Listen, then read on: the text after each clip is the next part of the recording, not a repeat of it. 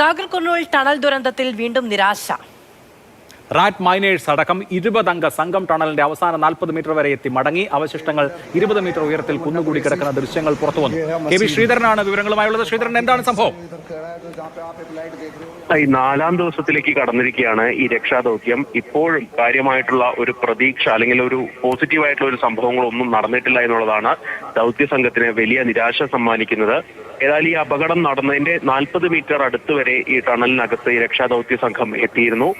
ഉത്തരാഖണ്ഡിലെ ടണലിലൊക്കെ ഉൾപ്പെടെ പ്രവർത്തിച്ച് അവിടെ ആളുകളെയൊക്കെ രക്ഷിച്ച് പരിചയമുള്ള റാറ്റ് മൈനേഴ്സും സേനയും ഒക്കെയാണ് ഈ ദൗത്യ സംഘത്തിന്റെ ഭാഗമായിട്ടുള്ളത്. പക്ഷേ ഏറ്റവും പ്രതിസന്ധി ആദ്യ ദിവസങ്ങളിലെ പോലെ തന്നെ വലിയ തോതിൽ ചെളിയും അതുപോലെ തന്നെ ഈ പൊട്ടിത്തെറിച്ച ബോറിംഗ് യന്ത്രത്തിന്റെ ഭാഗങ്ങളും ഒക്കെ അവിടെ ഉണ്ട്. അതോടൊപ്പം തന്നെ മേൽക്കൂര തകർന്നതിന്റെ അവശിഷ്ടങ്ങൾ, കോൺക്രീറ്റ് അവശിഷ്ടങ്ങളും ഒക്കെ അവിടെ കൂടിക്കിടക്കുന്ന ഏതാണ്ട് 20 അടിയോളം ഉയരത്തിലാണ് ഇതിങ്ങനെ കിടക്കുന്നത്.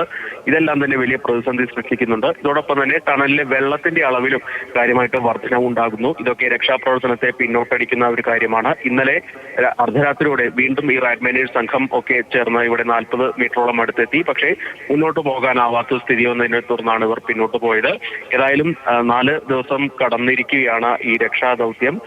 ആളുകൾക്ക് അതിൽ കുടുങ്ങിക്കിടക്കുന്ന 8 തൊഴിലാളികളാണ്. ഇവർക്ക് വേണ്ടി ഓക്സിജനൊക്കെ പമ്പ് ചെയ്ത് നൽകുന്നുണ്ട്. നേരത്തെ ലൗഡ് സ്പീക്കറിലൂടെയൊക്കെ ഇവരെ വിളിച്ചു നോക്കിയെങ്കിലും കാര്യമായിട്ടുള്ള ഒരു പ്രതികരണം ഒന്നും ആ ഭാഗത്തുനിന്ന് ഉണ്ടായില്ല. എന്നാൽ പോലും പ്രതീക്ഷയോടുകൂടി തന്നെയാണ് രക്ഷാദൗത്യം ഇപ്പോഴും പുരോഗമിക്കുന്നത്. കെ ബി ശ്രീധരനാണ് വിവരങ്ങൾ നൽകിയത്. നാഗർകുർണൂൽ ടണൽ ദുരന്തത്തിലെ രക്ഷാപ്രവർത്തനം വീണ്ടും നിസ്സഹായമായ അവസ്ഥയിലേക്ക് ചെന്നു നിൽക്കുകയാണ്.